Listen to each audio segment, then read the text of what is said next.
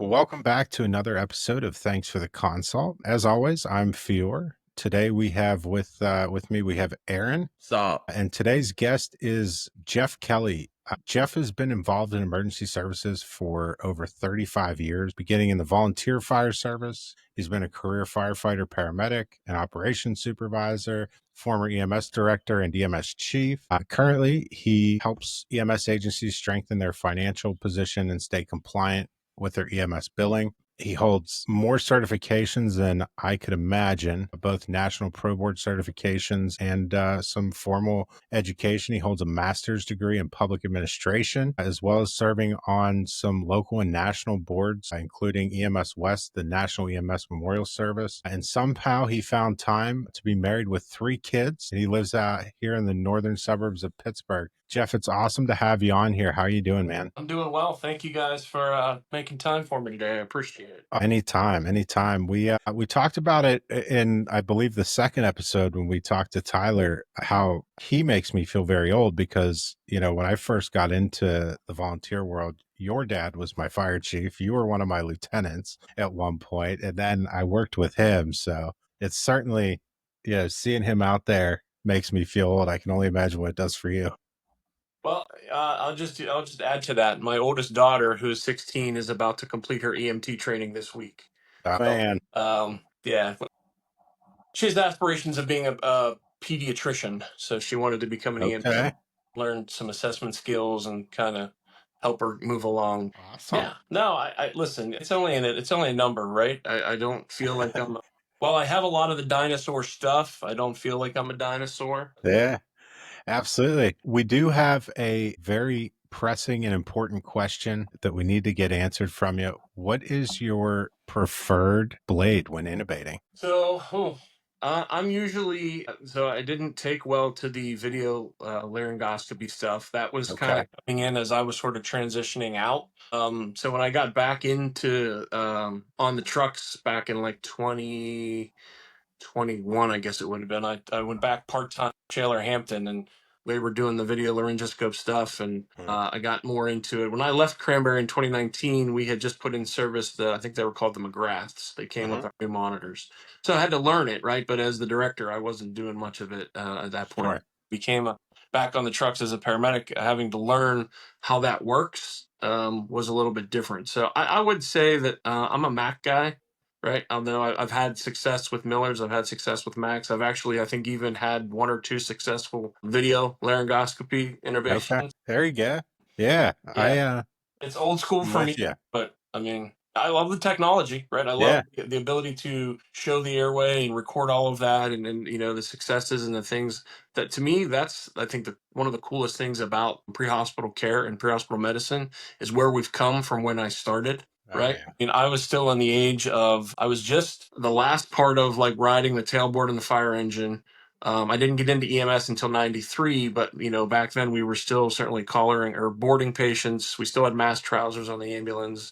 We still had manual IO needles, right? I mean, so, Yeah. CPAP wasn't a thing. We were intubating patients left and right who were CHF exacerbations and stuff like that. So, Yeah. um, the cool thing I think for me is, I've been doing EMS 32 years, and the advancements that we've made from a clinical perspective. When I started in EMS, if you had a stroke, it was sorry about your luck. We'll find you the right nursing home. And now, we're taking people 24 plus hours with, hemiparesis and letting them Yeah. be able to walk and function again. Yeah, I ran into a medic who he was telling me, oh yeah, it's my first week back. I said, oh, back from what? He's like, oh, I had a stroke. So I mean, getting back out there and being able to do this after a stroke, that speaks volumes to how advanced, how far we've come. Yeah, because Yeah. probably 20 years ago, right, that wasn't happening.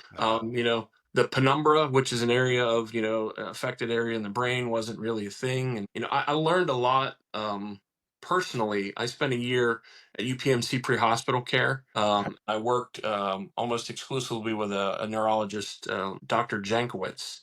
And my job was to take him around EMS agencies and talk about stroke outcomes and successful things like that. And I learned so much about just the advances in stroke care, and that was 15 years ago, right? It was 2010. Yeah. So, like, I mean, we've definitely come a long way with how we're able to recognize them, treat them, and get them rehabbed, and, like you said, back to a normal normal status. Absolutely. I think a large part of that is I've spent some time in some of the dispatch centers, not as a dispatcher, just kind of stopping up, hanging out, saying hey, but some of the questioning on the pro QA system is helping them identify these strokes where with a lot more accuracy, I think than before, because anytime previously that, before the revamp of the pro QA, you would have, slurred speech would be a dispatch thing. No real indication that are they a diabetic and they're, hypoglycemic? Are they, what's going, but now they're teaching them to look for the facial droop, the,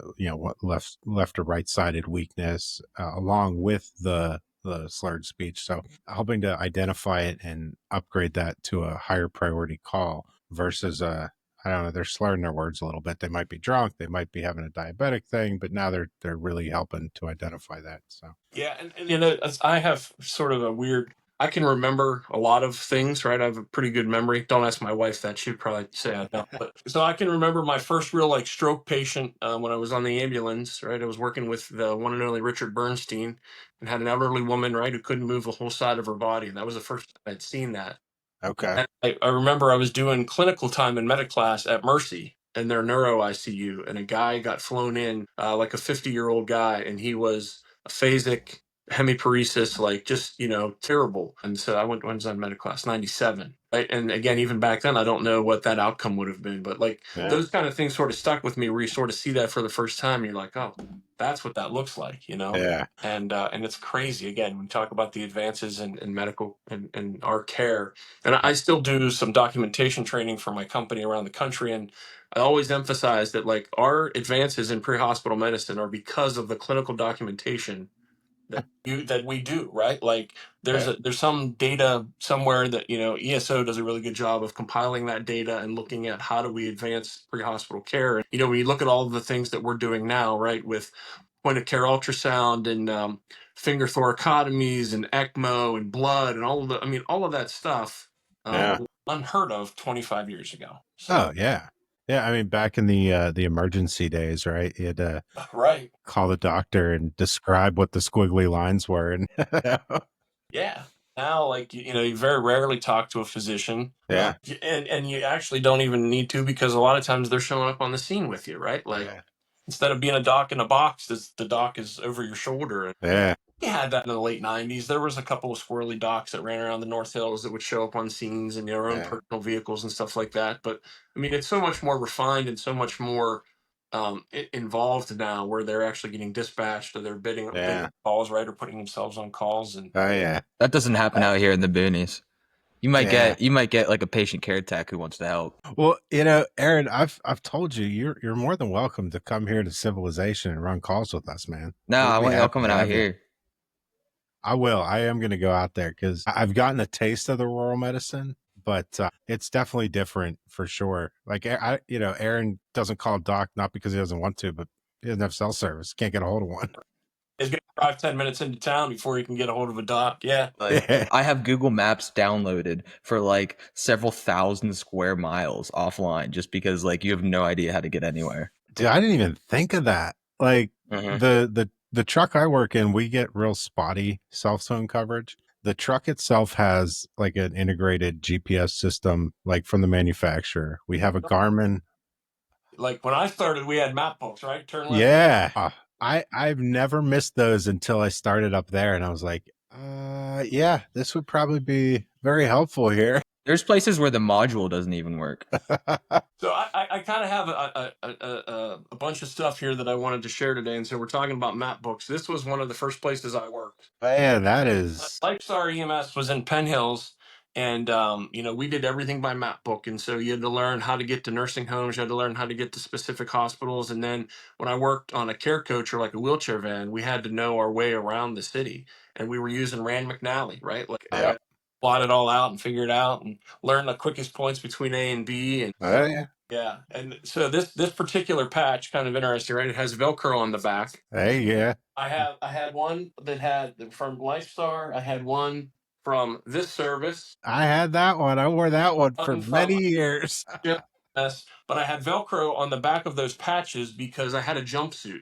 that had a paramedic patch on one side and just a Velcro patch spot on the other. And depending upon where I was going to help, I'd slap a patch on, and then I was, I was Lifestar paramedic, or I was Hampton EMS paramedic, or whatever. So like back in the day. The worst part about being a paramedic at Hampton EMS was if you were a fireman in Hampton, you would oftentimes on crashes get pulled to be the paramedic on the truck. And then you're in your bunker gear trying to do medicine in the old tiny van. That was many a calls. I mean, yeah. So right. So here's this is, I don't know if you can see that. Man. It's super old school. Wow. That's probably circa, that's probably 1995, maybe 96. Aaron, were you born yet? 99 is when I was born. This was before you were even born, right? This was definitely before you were born. Look at that. Norcom. I forgot you did some time there at Norcom. Yeah. So, but this is where it all started, man. This was my Yeah. firehouse. I have mine. It's across the room. I'll have to get it and show you. And I got my start in EMS at this place. There you go. There you go. So they had business of grandeur back then. They were, it was just Shaler Township, but they wanted to expand into Millville and Etna and maybe Sharpsburg, and didn't so much happen at that point. No. They expanded now into Etna and Hampton. So and I get the impression that they've had different, boroughs approach them at different times to, maybe it didn't work out for one reason or another, but they're for sure a strong service. They're growing in a space where a lot of places are staying stagnant or struggling to keep the doors open. They seem to be doing very well. Yeah, and I got my start there. Unfortunately, my first experience with EMS, I finished my EMT in December of '93. Wasn't really sure yet where I wanted to go. And in February of '94, my next door neighbor went into cardiac arrest, and so my first experience of EMS was doing CPR on my next door neighbor. And paramedic on the Hampton truck that night also worked at Shaler EMS. And when I went out to the hospital with them, he said, he did a great job, and I told him, I'm like, oh, well, I'm a new EMT. And he's like, oh, you should think about coming to, either Hampton or Shaler. Yeah. And, I decided to go to Shaler for a little while, and that's where I got my start in early '94. So it was, it's crazy. I loved being a volunteer EMT. I wasn't even, I was 19 at the time. Nobody was hiring 21-year-olds. So I was running around the North Hills on ambulances doing EMT stuff. And then a couple of yahoos. I started at Lifestar '95, and a couple of people were like '97, like, hey, we're going to go to medic class. I'm like, why would I want to go to medic class? That seems ridiculous. And then next thing I know, they pulled me in, and we did the fast track program. We're 6 months. Yeah. January to July, and then we had a year after that to get everything done. Okay. So so I got my paramedic in 1998. Look at that, Aaron. You weren't even born yet. Yeah, they tricked you before I was even alive. But I wouldn't have been as successful in my career and wouldn't have gotten anywhere without being that paramedic, right? So when I think about, like, I said I spent some time as a career paramedic, firefighter paramedic. I worked at this place. Nice. And our class was all paramedics, so the recruit class was full of paramedics. So had I not been a paramedic, I would have never gotten that job. Yeah. And so it was a great opportunity, and it just kind of blossomed from there after I came back to Pittsburgh and worked for this service. Right? There you go. And then that's an old patch right there. Wow. That's the newer one. Yeah. How long? I'm sure I've seen that older one like in use, but I feel like I can't even remember seeing that. Yeah, when did that go out? This was what we got when I started in 2002. Okay. And then they transitioned to this probably, I became a supervisor in 2006, and this was the patch we were using in 2006. So okay, yeah. So that would have been, because I like 04 would have been when I first started volunteering at Hampton EMS. 04. Yeah, so I was there, but briefly. So I came back to Pittsburgh in 2001, spent a year at Hampton EMS, and then went to Ross Westview till 2010. I left as a supervisor in 2010. Okay. And worked a year for UPMC pre-hospital.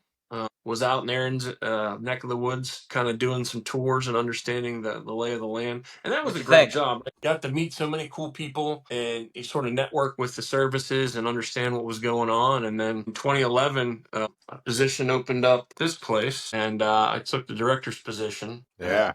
Was there until 2019 when I left the great state of Pennsylvania and went to DC. Worked for Yeah. Amazon. So yeah, it was a Yeah. great opportunity. And then unfortunately didn't work out and came back to Pittsburgh where I worked for these folks. There you go. There you go. So this was way back in the day. This was their old school. This is when they were Yeah. affiliated. My cool Chiefs badge, right? Like There you go. There you go. So what'd you think of my yeah. neck of the woods? What's that? What'd you think of my neck of the woods when you were out here? So I mean, I love that area. I like the roots of EMS being up in that area, right? I think that because you're in Indiana, right? No, I'm in Bedford County. Oh, I thought you were in Indiana. I don't know why I thought that. Well, I've been to Bedford. I've been to Bedford EMS a couple times. I actually know the director there pretty well. Yeah. But yeah, I think that area's growing, right? UPMC's doing some stuff up there and kind of getting some things situated. So, but yeah, it's a good area. But no, man, it's I came back to Pittsburgh, worked for Jen, and then decided I wanted to. I finished my master's degree during COVID, and then I thought, well, I want to do something with my master's degree, so I might as well go work for a municipal authority. There you go. And I got back into that, and I was like, "Nah, I don't want to do this anymore." I was done being held, by a phone and having to answer questions, and Yeah. didn't feel like I wasn't giving it my best, and so I started looking around for some other opportunities, and then, but all the time, right? Never let my cert lapse, never let my alphabet stuff lapse. I mean, I kept everything up, and I've stayed close to the industry. Certainly, more recently, getting back on the trucks, Yeah. learning all of the things that I hadn't gone through. Absolutely. So, I mean, I can tell you, coming from somebody who unfortunately let things lapse at one point, it's hell getting it all back together. So, but Right? But Tyler's like, why would you do that? I'm like, you're good point. Well, and again, back 30 years ago, EMS folks were in the back of an ambulance, and that was it. Oh yeah. Now, right? You're working events, you're working on an oil rig, you're working, on movie sets, you're working in urgent cares, working in ERs. I mean, as a paramedic, you think of all of the opportunities you have. Yeah. You can do so much more now than you could have 30 years ago. Oh, absolutely. It really, as far as the kind of transitioning off of the truck, if you will, or even out of like a traditional, two-person ambulance, it really does unlock a lot of doors. Like you were saying with the firefighting, I know, some of the boroughs and municipalities in the Pittsburgh area that aren't necessarily the city that are starting to put in either part-time or full-time paid fire departments are like, it may not be a requirement, but if me and you both apply and everything else is the same, except one of us has a paramedic patch and one of us doesn't, they're going with the paramedic, So it really does open up doors. And, you don't necessarily have to stay on an ambulance. You can do response stuff, helicopter stuff, work in the hospitals, like you said, the urgent cares. It really does open up doors that otherwise wouldn't be open. Even helicopter systems, right? It's only been, I don't know when Life Flight transitioned to paramedics, but I mean, up until that point, it was stat medevac. That was it, right? Yeah. And you had to go become one of these. I got this patch too, right? Like you had to become Yeah. one of those and learn a whole bunch of more stuff. But like once AHN opened it up, it gave you some more options. Yeah. Work, wherever as a paramedic. And Yeah. like I tell people all the time, right? One of my most favorite days working, right, was working a medic unit down in Montgomery, and we got put on a townhouse fire. So we respond in there, and they always had a medical component, and we got there early enough that we were able to say that we were going to be the two out, so we were going to be like the on-scene RIT. So they replaced us with an ambulance. So as soon as that happens, you can go to work, right? So now you put on a breathing apparatus and you're going and fighting fire. So we're putting out this townhouse fire, and life is good. We get everything done. We're stowing our equipment back and put the breathing apparatus back in, and they ask us if we're available. Captain said, "Yeah, we can take a call." Well, in the same townhouse complex around the corner is a guy having a seizure. Like we jump in the medic unit, go around the corner, go up. Well, yeah, he's not having a seizure; he's in cardiac arrest, right? So out of the bathroom, I intubate him, right? Like get him situated. We load him up. This was back when we still transported those people. So we into the ER, and they're like, "Was this guy at a fire? Like, why do we smell fire?" I'm like, "No, that's me." because I had bunker pants on still, you Oh know. yeah, It was one of the best, you know. I think the whole dual responsibility kind of thing is kind of nice. Now, again, there are people who just want to be firefighters, and there are people who just want to be paramedics, and yeah, that's awesome. And you know, you can do that, and that's great. But like, if you have a passion for both of those, and when you marry those together, yeah. like it's pretty cool. Paramedic engine, paramedic tower. You know, we're working on the medic unit itself. Yeah, I think Aaron wants to be a fireman. That is not what I was implying with the finger point. Is it because you can't grow an awesome mustache? That's what Or it is. Yeah. yeah, Yeah. I would feel inferior. Play with them with water in them. yeah, You know, I used to tell kids, you can either save lives, you can play with your hose. pretty much. HOSE. Yeah, that's an important distinction to make. But no, it's a listen. You know, it's a great line of work. Takes a huge toll on you physically, mentally, emotionally. But if you love it, it can love you back, right? I mean, it really. I've done some crazy cool things in my Right. career. I've worked some awesome concerts, some really neat sporting events. You know, a couple of U.S. Opens, Steeler games, concerts. It got me when I was in D.C. I mean, I worked events at National Stadium for all the baseball games, things on the National Mall for Cherry Blossom. You know, just great opportunity. Not that an EMT can't do those things, but you know, sometimes it's like, we really want you to be a paramedic. It certainly makes it easier for sure. Plus, I know that when I was an EMT, I always felt like I was missing out on being in the back and doing the cool things. Like you'd see all this stuff happening, the medics intubating, starting an IV, giving all these meds that they can read the heart monitor and they're, defibrillating, cardiovert. It's like, oh, I want to do that really. Yeah, I mean, Yeah, I did. I know. I liked driving truck, putting away the equipment, making the stretcher, checking it out, like right. And I liked having the different partners because everybody wanted something set up a little bit differently or how they did things. And so I, when I became an EMT, like I was really cool with it. I loved that. I liked that opportunity. And like I said, I don't know, I was working at the hospital. I was working at Norcom, so I was making good money as a dispatcher, right? So everybody's like, "Oh, you make more money." I'm like, "Yeah, I made good, I was making good money." yeah, But I went, and like I said, I'm glad I did. The people that I've met and the things that I've been able to do since yeah, I'm a paramedic, I wouldn't. Nowadays I feel that we're struggling to keep things afloat, and I tell people like, listen, there are options for paramedics, but like especially in PA, if you go become a nurse, you can still work in an ambulance, right? yeah, You can become a PHRN and you can do so much more as a nurse. So much more, right? Like, and that's not a knock on paramedics. I went to nursing school. That's where I met my wife in nursing school. And unfortunately, I didn't finish it because I got promoted at Ross to the supervisor position. yeah, It just took too much time, and I had enough credits to get an associate's anyway, so like yeah, I did that. But I mean, it can be a tough transition. Like people yeah, who leave, who are in EMS and going through nursing, it can be tough. But I'm one of those guys. I'm a proponent for education. Like I think that paramedics should be in a minimum of associate's degree. And if you yeah, want to build on top of that, like you want to go get your critical care, you want to go work in a health system or hospital system, like you should have to do more stuff. Just like nurses, right? There's yeah. entry level nurses that are RNs, but if you want to do more things, you got to go get more education. Oh, absolutely, absolutely. I'm a huge, I guess, fan of the EMS education. I know Aaron is as well. He's the education coordinator for his service. We're both instructors, and I think it's huge getting a hold of these folks early on and teaching them the right things and kind of helping them steer them towards the right preceptors, the right mentors, and away from the folks that, the quote, why the hell would you want to do this? I tell all of my students, if your preceptor says, why the hell would you want to do this? Run, find a new preceptor, Yeah. because where else, and really, if you look at it in healthcare, we have one of the most varied scopes of practice out of anybody. I mean, we can, read the monitor, we can give medications, intubate, cardiovert, defibrillate, we can run an entire cardiac arrest with ourselves and one other person, and even in the hospital, you've got a specialty that does the airway, a specialty that does the medications, especially, that for the monitor. It's just, we get to do so many cool things and really affect change in people's lives, so really understanding the responsibility and the cool opportunity that you have I think is important, and not to obviously take that for granted. And then, honestly, as far as good times are concerned, I'm sure you can relate to this.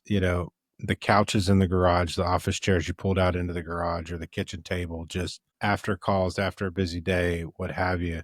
You build some relationships that you'll never equal in any other career in the world. You know. Oh, no, I would agree, right? Like I Yeah. always tell people, what other profession puts two people together in a $200,000 piece of equipment and says, "Good luck," right? Like, Exactly. Yeah. and I did that as a paramedic, right? I was that guy. I was like, "Woohoo, let's go," right? And then when I became a supervisor, I was like, "Good luck, don't mess it up," right? Don't Yeah. make me have to pull you off the street. And then when you become the director, really what you're doing is you're just, the level of responsibility increases. But as long as I always felt like if I stayed grounded and made sure those people understood that, listen, I've got your best interests, right? I'm providing you the resources you need to do your job effectively.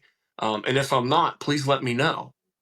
Yeah. Let me know what you want, and we'll see what we can do about it. And like we were coming up on the end of life on our monitors at Cranberry, and it was like, okay, well, we convene a committee, right? We got some newer medics, some medium, length medics, and some older medics. And I'm like, listen, we're going to bring in a Phillips, we're going to bring in a Zoll, we're going to bring in the Life Pack 15.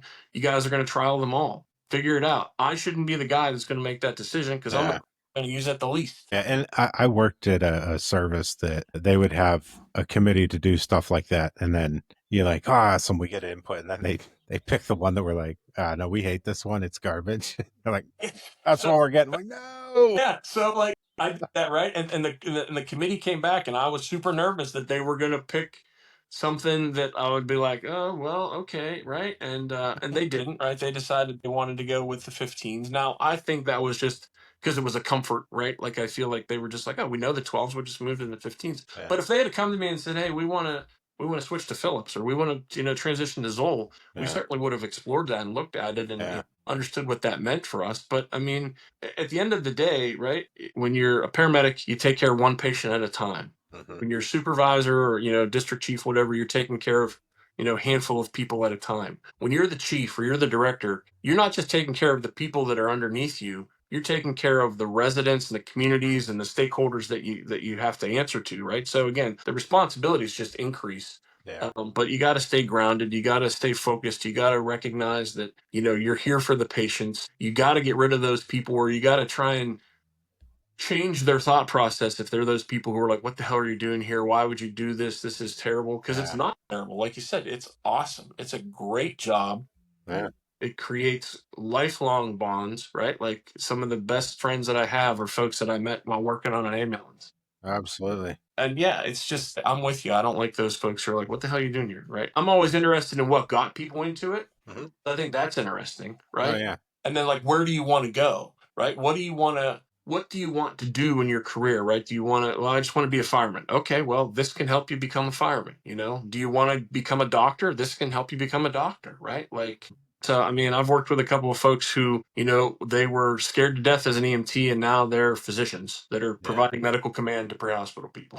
yeah, Like that transition is crazy. So you see those folks who yeah. you're like, man, I don't think they could, ALS themselves out of a wet paper bag, and now you call and they're like, oh, you're my medical command physician. How wonderful. Yeah, it's so you see a lot of that services I've worked with in the past. You get a lot of degree program paramedic students. You'd see a lot of that, like, oh, what's your aspirations, what's your goals with EMS? Are you looking to stay in EMS? Are you looking to, complete your bachelor's and then move on? And the ones that wanted to stay in EMS, they picked it up the quickest. They got it. They were on the EMS level. The ones are like, no, I'm doing this and I'm going to go to med school, PA school, what have you. Like, it just seemed like the hands-on was always a little tougher for them, but they were always so incredibly intelligent. Like, they could tell you every line of a protocol, why it's there, why it's not something else. It's so there's definitely different strengths, and there's a place for each of those types, I think. And I Not in think every organization, though, right? I think no, what you find is some organizational leadership sees those folks as challenges right? Whether they're scared of them as a threat, or they're worried that they know more than they do. Look, again, I was never the smartest paramedic in the room. I was never the smartest director in the room, right? I always try to surround myself with people who were smarter than me, who could help me figure it out. And it's the same thing as a paramedic, right? Like I'm not God's gift to paramedicine, right? Like, I mean, there was a time I had terrible IV stats. I still don't have. I mean, if my lifetime IV statistics is probably maybe 50%, right? And I don't know why that is, right? I mean, I pick the right vein, I do the thing, like Yeah. it is what it is, right? But I mean, I don't know. I just feel like it's what you make of it, right? Just like everything else, you can come to work and be miserable, or you come to work and have a great time for Mhm. 8, 10, 12, 24 hours. Like, especially most of my career on the ambulance was 24-hour shifts. Yeah. I'm not going to be miserable for 24 hours. Like, that doesn't make any sense. Jeff, I'm you gonna don't need go to feel home bad before I about do your that. IV statistics. Every time that I came and did ride time with Fior, I got a solid 0% on my IVs. You got one, because I remember we got to It the was a trauma hospital patient. and he's like, "I got the IV," and then Yeah, because we my had to do partner, bilaterals, so you were doing one anyway. yeah, I think my partner wrote it with him. It was like, yeah, he also missed two. She brought him right back down to her. I teach documentation, and I'm sitting in a room full of paramedics, and I always tell them, like, stick, miss, wipe, stick, miss, wipe, stick, good is successful times one, right? And they're like, yeah, and I'm like, no, no, no, no, it's unsuccessful times two and successful times one, right? Like, but yeah, I mean, again, I always tried to stay on top of what I needed to do and do the con ed, and keep, again, as you elevate yourself in the ranks, because there were a lot of times, especially even at Cranberry, maybe a couple times a month I was on an ambulance, not much, right? Yeah. And so it becomes harder, right? You have other responsibilities and different things. Now, had I stayed just being a paramedic, I think I would have gotten better, right? Because I would have ingrained myself in focusing on that, reading more and staying on top of the newest and latest and greatest. And I probably would have been that guy always in the chief's office, like, why don't we have this? Why don't we, we need to get this, or that sort of thing. And so, Yeah. but nowadays, I mean, there are agencies that are doing that stuff and practicing really cool medicine, and there are agencies who are hoping to get two people on a truck today. Mhm. And that's unfortunately where we are, and that's the bigger issue, right? Is you want to be able to do things. When I started as a medic in '97, the protocols that I operated under were, it was a consolidated medical command. It was a group of like 5 or 6 hospitals, and those protocols were really designed for the weekend warrior paramedic, right? They were the lowest of levels. You had to call for everything, and it wasn't because you weren't competent. It was because there were some other paramedics who hadn't been on an ambulance in 6 months, and now they're riding today, and so again, we talk about the advances and how that's worked. I mean, going back to having to call a doc for everything, to now being like, I couldn't remember last time I called a doc. Yeah. But and really, the stuff that you have to call for now, usually those patients are bad enough that it's probably a good idea to get a second opinion anyways, and it's normally more complex stuff, or meds that have, a much broader list of side effects, or, you're not calling to give aspirin, No, which, actually, that's not. I called last week because I had an ortho injury patient who wanted to go to a local hospital, and I was like, ooh, I'm not sure, right? Like, sure. I don't want to be that guy that's rolling in there and they're like, what are you doing with that? That doesn't belong here. So I Yeah. called and I asked to speak to a physician, and the doc was like, yeah, we're in ER. We can take that. I was like, Yeah. okay. I I've don't want to be that guy. I've called to give aspirin.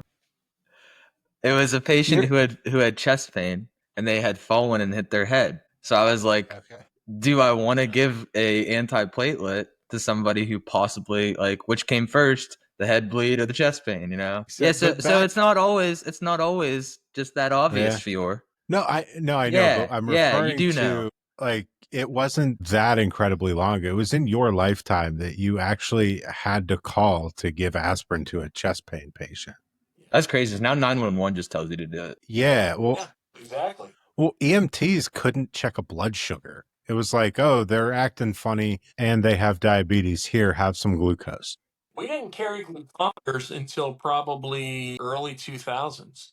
And the Yeah. first ones we carried were these tubes with, it was a deck stick. And so you would put the blood on it, and then the stick would change colors, and you turn the bottle over, and you had to compare the colors on the deck stick to what was on the bottle, and that was what gave you the accurate blood sugar. And if you were colorblind, couldn't figure that out. Like, now, before that even happened, right? So not to date myself, if you showed up on an unconscious patient, you gave them Narcan. If that didn't wake them up, you gave them D50 because you didn't know what their sugar was. If those two things didn't wake them up, you check the pupils, and then you're like, maybe it's a stroke. Right. And that D50, I'm sure, is great in a stroke.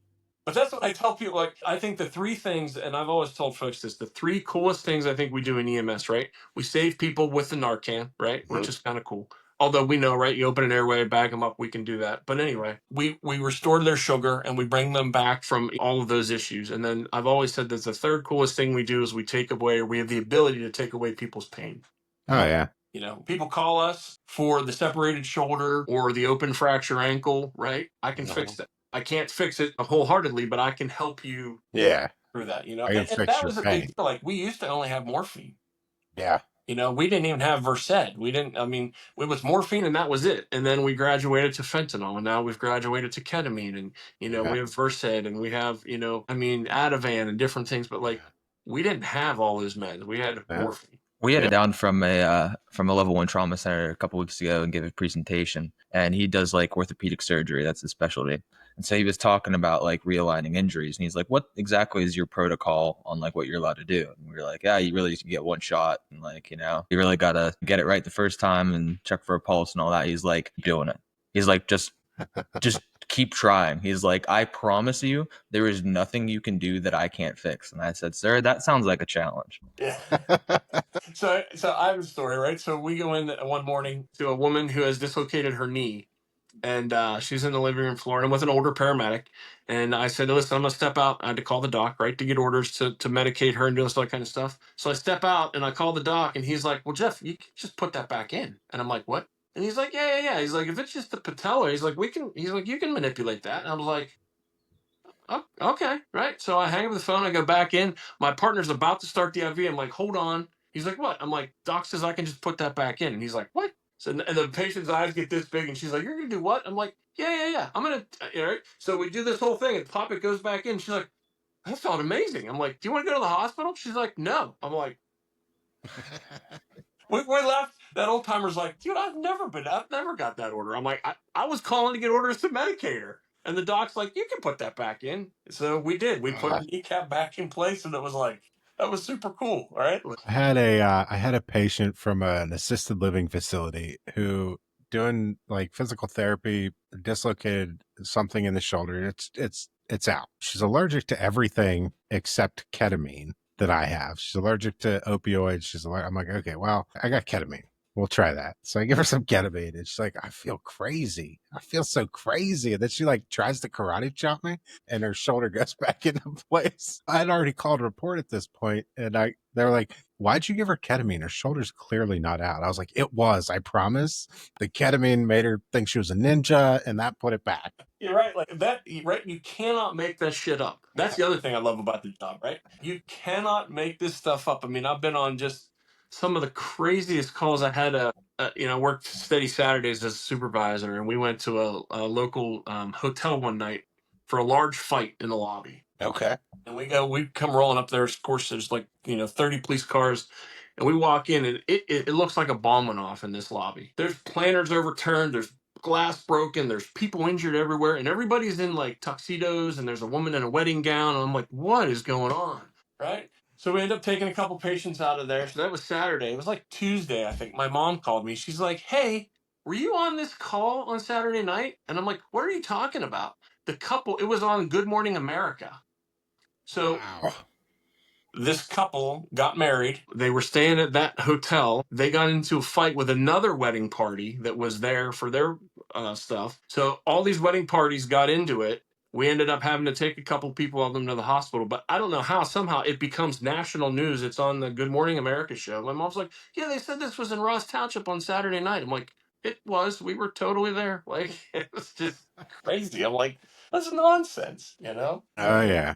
I got tons of those stories, right? I got, like, So I'm working in Butler County a lot, And there's this Facebook page that I swear keeps just as good times as the 911 center does. And I had an incident where a person overdosed in a vehicle. And when I woke them up by banging on the window, they just like floored it and ran into the front of my truck. Like I'd nosed in, so it wasn't that far. And then they start backing up and then ramming it again. So I get on the radio. I'm like, hey, this is what's happening. Here's license plate. Can you tell state police to step it up? But after that, I call my supervisor to, hey, this is what happened. She's like, oh, I already know. I got the screenshot from the scanner update page on Facebook. And I was like, fair enough. So right, and that is the other thing, right? I think back to 30 years ago, if cell phones existed or all those cameras, I probably would be in jail. Oh my gosh. We had a call. Again, I spent 1 year at MRTSA as an executive director, but we had a really, really nasty crash one morning, and the crew, before they even left the station, there was a picture and a Facebook Live video of the crash scene. They're like, "This is what we're going to." Right? I mean, they were there for like, and it took, I think, an hour to cut the kid out. It was a big news story, right? They saved his life and all this stuff, but like, they hadn't even left the building yet, and they knew what they were going to. I used to do that when I was the supervisor at Ross, when uh, highway cameras came about, right? Yeah. We called to the interstate, right? And before I left, or if I wasn't on the call, I would just pull it up and it'd be like, oh, here's what we got. Yeah. So again, what we've seen, the progression of what our industry does, using those tools now to, to have at your disposal, where you can be like, you can zoom in or you can see what's going on. Yeah. The number of nosy people with a home scanner blows me away. Dude, they don't even have to have it. You just have to have one of these.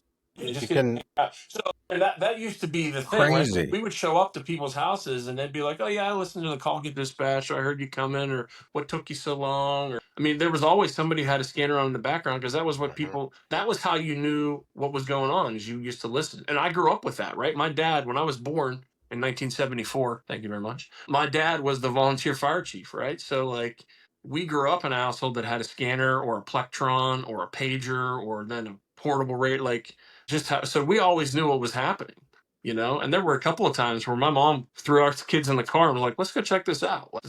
I can remember one time she put us all in the car. We drove up. There was a hellacious crash on the Pennsylvania Turnpike, really bad.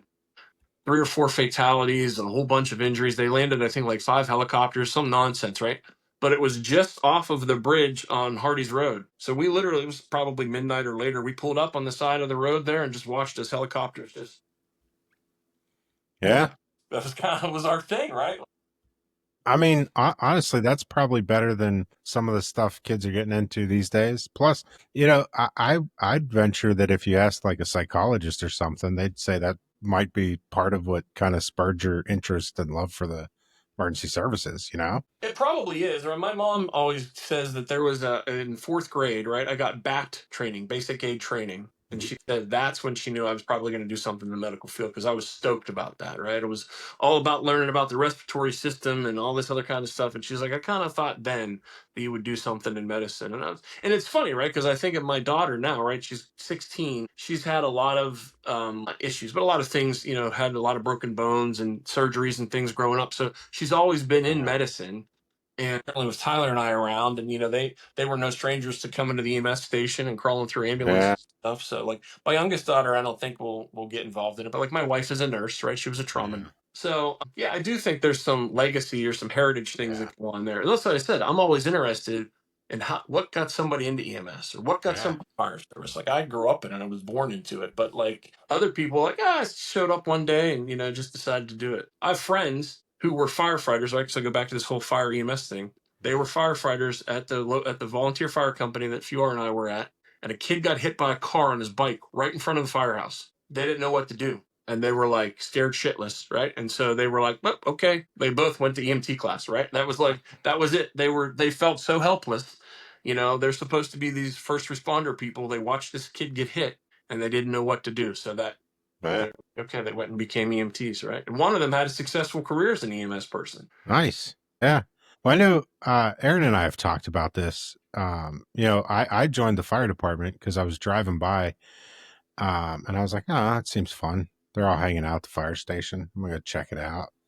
And then, that's kind of how I got involved with the fire department. I know Aaron was telling me that, he kind of was looking for something to do, and he's like, I don't know, I'll go to this EMT class, see how it is. Like, Yeah. just on a whim. And now he's, obviously now he's a paramedic, and he's studying for the MCAT. Like, he's kind of taking this whole medicine thing to heart, I guess.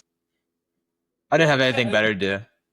Right? You look back on how did it work? Like, I had friends when I was in high school. I had friends that were part of the EMS service, right? So I volunteered at the local EMS agency, but I wasn't into it. I was doing the fire thing, and even that was only kind of like part time because I was a wrestler. I worked a lot. I was preparing to go away to college. But I went away to college and I was doing athletic training. And a football player, got his knee blown out on the practice field, and the paramedics showed up. They medicated him. They splinted it. I'm like, that was super cool. Yeah. We thought we were being cool as the trainers, kind of doing our thing. And as soon as those paramedics showed up, I was like, right? And then I was like, I think I want to do that. Like, that seems super cool. And again, like I said, I knew a little bit about it because I had friends that were running on an ambulance, but I had no idea what that was like. And I finished my freshman year and came back home to Pittsburgh and signed up for EMT class. I was like, this is what I'm going to do. Yeah, I mean, like I said, I truly believe it's one of the better career paths out there, because there's so much you can do. You see so much, you get to do so much, and really, it's a hell of a lot of fun, man. It is so much fun, and the after after a call, that kind of sense of accomplishment. It's like, hey, we did this as a team. We saved this person. We whatever. It's just you can't I really. take all the credit. Well, that makes sense. My partner gets nothing. You gotta be confident and comfortable in your skills, right? I never, again, like I said, I wasn't the world's best paramedic. I don't feel that I am the world's best paramedic, right? But I never felt like I was questioning my skills, right? Like, Yeah. I was never that guy after the pediatric code or after the cardiac arrest. I was like, oh man, I don't, what if I would have done this? Or I think, like, I just never felt that, right? I'm not saying that it's a bad thing. I was always like, man, it didn't quite go the way we wanted it to go, right? Like, I wish that would have happened, but I feel like you learn so much from this job, from your experiences, right? Like, people say, how'd you know it was going to happen? Well, because one time or two times or five times before, that's exactly how it happened, right? Like, so, like, you can know that, like, and again, we talked earlier about the intubation thing. You could walk in someone's front door and hear the way they were breathing and knew, I'm going to intubate that patient, right? Oh, yeah. They're not breathing well. We didn't have, it's before CPAP. We're going to intubate that patient. And so, experience plays a big part of it. And I think it can make or break your career. I learned when I was a firefighter in Maryland, I worked at the busiest station in the county. And my preceptor said to me, he goes, there are guys who are going to run less calls in their entire career at their vacation station than you're going to run here in your 1 year of, acclimation, and they get to call themselves firefighter, and they he's like, it's all about your level of experience. And you think about that, right? Again, Aaron, where you are, completely different kind of medicine, right? Like, you take a city of Pittsburgh paramedic and drop them in your area, they might do well, they might not do well, right? The number of animal related injuries out here is crazy. Yeah, I get it, right? Like, the whole farm rescue class, right? Like, I took a farm rescue class years ago. People are like, why are you taking that? I'm like, why not? Like, it just seems like it would be super cool. And then I went to work for an agency in Butler County. I'm like, well, they have some farms. Maybe I'll get to use some of that stuff, Yeah. Silo poisoning I've seen twice now. There you go. Silo, yeah. Yeah, like, Which I've never seen that. That's just. But no, it's definitely to your point though, Aaron. Out where you're at, where you have to manage that patient for 45 plus minutes, and you may not have a helicopter, you may not be close to a hospital.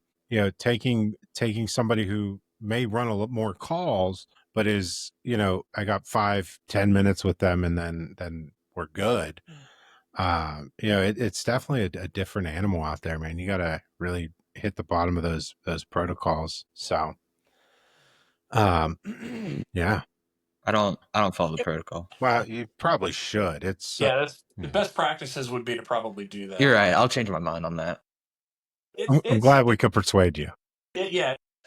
Important, right? So again, you want to make friends with the physicians. You want to make friends with, again, I tell people, if your medical director is calling your cell phone and you're like, "Ugh," that's not the relationship you want to have, right? You want to have the relationship of like, hey, doc, so-and-so, what's going on, right? Because it's going to go one of two ways. It's either going to go, hey, Jeff, great job, nice thing, or it's going to be like, we need to have a chat, right? Yeah. Like, and that's okay, but you should have that level. When I became a paramedic and got on orders, the medical director that signed my, when I got my key, Never met the guy. Well, he wouldn't be able to pick me out of a lineup. I probably wouldn't be able to pick him out of a lineup, right? Yeah. Completely different than nowadays where I have my medical director's cell phone number. I've called him while I'm on calls to be like, hey, what do you think about this? Or, you know what I mean? Like, just a different mentality than like, oh, this is just somebody that signs my papers or somebody I have to get in front of, once a year or whatever. That was my Even if welcome to you, the league moment, was getting my key. Like, of all the things that, like, you get your certification, you do the ride time, you get the stuff in the mail, whatever, you get the patch. The moment that I was like, all right, this is cool. So whenever they hand you that key. A big deal. So again, that used to be, it was a closed system, right? So getting that key opened you up for everything. And like we would get you a cake, we'd, celebrate you. It was a big deal back in the late 90s. I think some of that needs to come back, kind of celebrating the milestones. I really, I don't know. Sorry, that's another soapbox. Yeah, no, listen, it's a big deal, right? It's a big deal to get through the class. It's a big deal to pass the test. It's a big deal to get on command, right? And it's a big deal to me to do all those first, right? The first time you cardiovert, first time you intubate, the first time you pace, the first time you, right? I Now, want a again, cake for every one of those things. and maybe you'll get one, right? But like, I just feel like I never wanted to curb that enthusiasm if somebody came back to me and was, oh, I had this awesome call. Cool. What'd you do? Like, tell me all about it. I want to hear. Like, you know, and I loved that. Even when I was at MRSA, where I wasn't on the ambulances at all, but I was the director. People would come because they knew I had, I was a paramedic. They'd be like, oh, I did this and this was awesome. I'm like, that is fantastic. I'm so excited for you. Isn't medicine cool? Like, Yeah. medicine is way cool. Absolutely. And like I said, I think it needs to come back. I know when your son finished, I want to say it was his Firefighter-1 certification. He did like a celebration at the fire station for him. And I just saw those pictures not too long ago. And we, kind of seeing how happy he was when you were there, kind of presenting him the kind of the new, I think it was a new nameplate for his shirt. Yeah. Like, and now he's the deputy chief and stuff. So I mean, that I think that stuff's important, man, to really keep people interested, is to celebrate the milestones. Like, yeah, you achieved something. Maybe I achieved it before you, maybe I achieved it after you, but it doesn't take away that you achieved it now, and it's a big deal to you now. Right. Let's celebrate that. Let's keep that passion, that enthusiasm, and really keep people, motivated and understanding. Like I said, we do have one of the best jobs in the world. So Yeah, and people say like, "Well, that's your job," but it's like, yes, but like those milestones, to your point, right? In the fire service, it could be finishing essentials, becoming an interior guy, firefighter 1, firefighter 2, fire officer, right? On the yeah, EMS side, it's you became an EMT, you became a paramedic, you got on orders, you got your key, you became a critical care, or you became a preceptor, or you became, then you started doing rescue stuff or whatever. Yeah, like we should be celebrating those moments. We should be encouraging the education. My big thing is never absolutely. stop learning. Like just keep taking classes, learn what you can. Early on in my career, people would say, why do you do that? And my response was, well, it looks good on a resume. Yeah. Right early on, you're like, my resume is, right, my packet is. Now, does that mean that I took a class in 2000 and I know what the hell I'm doing now? No. But I'll bet you it changed since 2002. 25 years ago, right? Like I took all those classes and I learned that stuff because you never knew. You Yeah. never knew what you were getting into. And so to me, I always felt like if the public was entrusting me to show up and handle their situation or their emergency, I should be as well-rounded and as educated and as prepared, even if I'd never seen it, as I could be. Yeah. So I took farm rescue, right? Why the hell did a guy in the suburbs of Pittsburgh take farm rescue? Yeah. Yeah. Well, hey, we could keep going for hours, man, but I think we should probably wrap this up for the day. It's been awesome having you on here, man. Getting to hear about your career and the things that you've done and your perspective on a lot of stuff. And I think that people will truly appreciate what you had to share with us today. And hopefully we can have you back again in the future. But I just want to say thanks for the consult, man. Yeah, no, you're welcome. Listen, I appreciate what you guys are doing.